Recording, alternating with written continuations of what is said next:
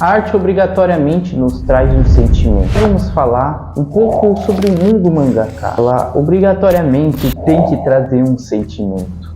Quando a gente vai fazer com que o leitor ele se sinta imerso, nós temos que dar de tudo para que o leitor ele se sinta na pele do personagem. Felicidade, o estômago embrulhado, borboletas no estômago, felicidade, alegria, horror, tristeza, todos esses sentimentos a gente tem que fazer com que o leitor ele se sinta na pele do personagem, trazendo um gancho que o leitor ele continue lendo e acompanhando aquele processo como se fosse a própria vida dele. Hoje vamos falar sobre um tipo de arte, um tipo de rabisco numa folha, um tipo de desenho em uma tela branca que faça com que o leitor ele se sinta horrorizado, vulnerável, outro sentimento semelhante a esse.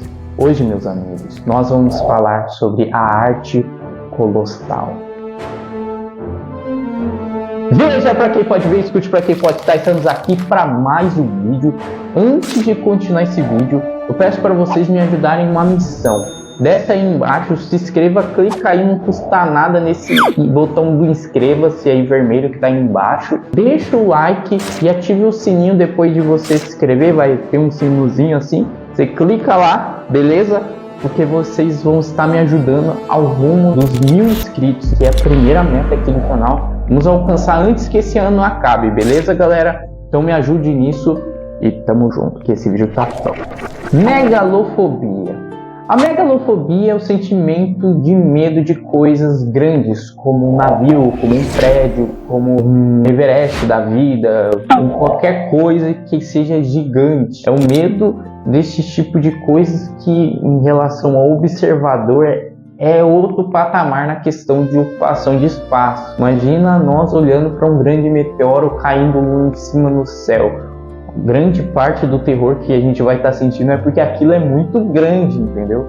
Tem outras variações desse sentimento, como a talassofobia, que é um grande medo do mar, medo do desconhecido debaixo das águas, e geralmente são criaturas gigantes em relação a nós seres humanos, um tubarão gigante, como uma grande baleia ou coisas escondidas no mais profundo do mar, lá no fundo mesmo, onde tem aquelas criaturas esquisitas, como as fossas das Marianas, onde pode estar lá, sei lá, preso um megalodon da vida.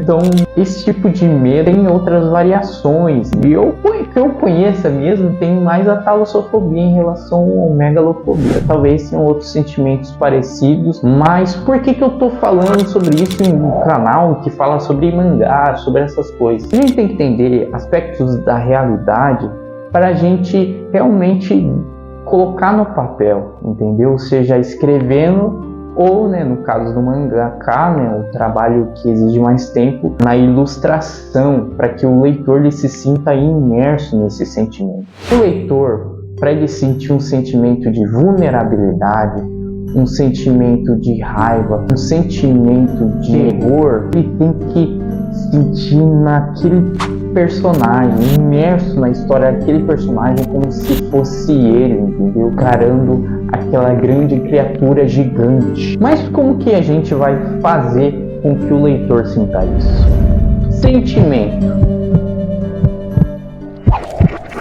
Para nós trazermos um sentimento ao leitor, a gente tem que dar um contexto à cena para que o leitor se sinta imerso. Uma construção sentimental, né, para que o leitor ele realmente sinta caminhando junto com o personagem da obra. E o One Punch Man, né, através dos eventos gigantes que geralmente o protagonista está lá relacionado, o Saitama, né, quando ele vai lutar contra o Garou, contra o Boros, outros personagens, e a gente vê aqueles eventos gigantes como explosões semelhantes a bombas atômicas, como o pé de um deus saindo do céu, pisando na terra, destruição de planetas e outras coisas semelhantes a essa, a gente vê que o protagonista em relação a outros personagens do elenco, ele é muito forte, ele está em outro patamar. Então coisas gigantes, eventos gigantes, em questão de imagem, de ilustração, não na questão de um contexto, mas sim em geral, confrontando assim o leitor com eventos que realmente são potencialmente muito gigantes, entendeu? Faz com que o leitor ele veja que aquele protagonista ele tá em outro patamar. Um soco, meu irmão, foi capaz de varrer várias nuvens de vários continentes globais, né? Então faz com que o leitor lhe fale, nossa, Saitama realmente ele é muito forte, não tem limite para a força dele. Ele fez um treinamento muito básico para a força que ele tem. Outro personagem que ele é muito conhecido é o Guts de Berserk, porque ele é alguém comum, que tem uma espada comum, que ele tem um físico comum em relação ao mundo que ele vive, fantástico, que é cheio de horrores, e ele enfrenta coisas gigantes, monstros terríveis, que são bárbaros, que fazem coisas que são fora da moralidade, entendeu? Então o Guts ele é muito vulnerável ao mundo que ele vive, mas mesmo assim ele enfrenta e não para de lutar.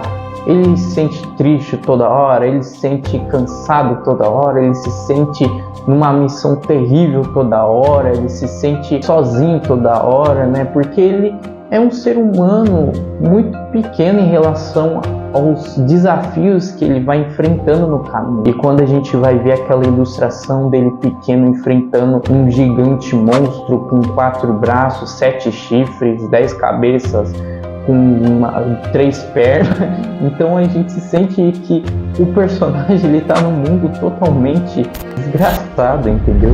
Coisas gigantes mostrando o horror predominante no universo de Berserk.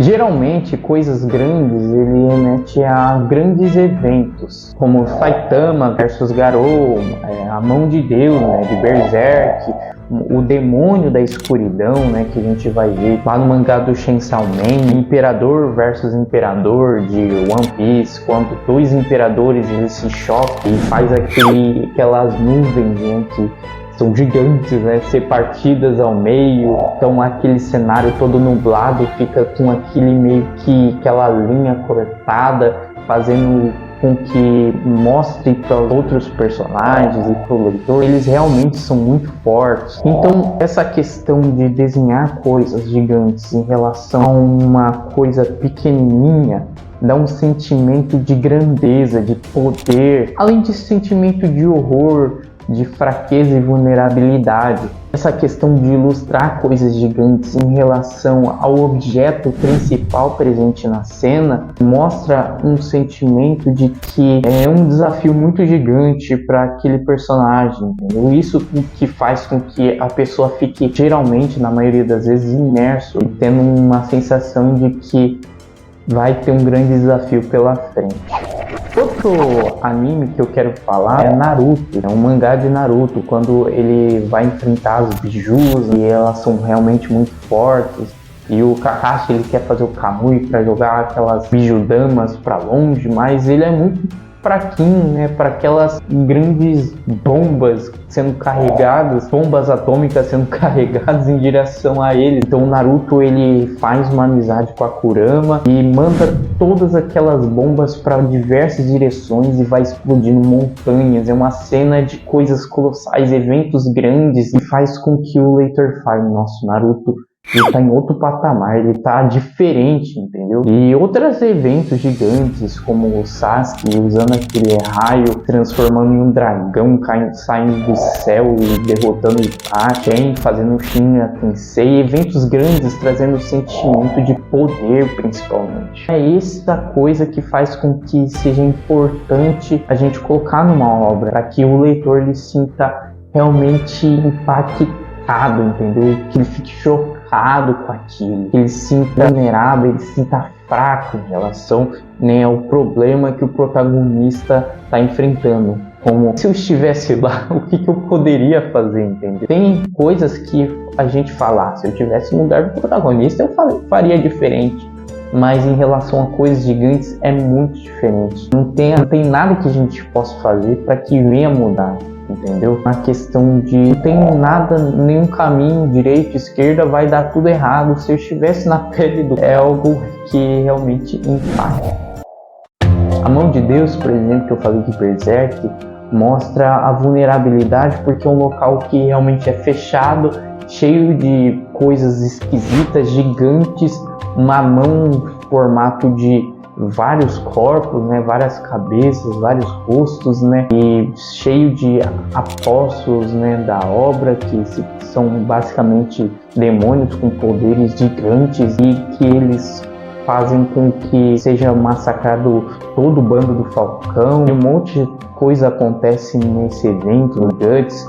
Acontece massacre, acontece traição, acontece abuso, acontece um monte de coisa que, rapaz, é pesado demais. Mas ali a gente vê a vulnerabilidade do protagonista.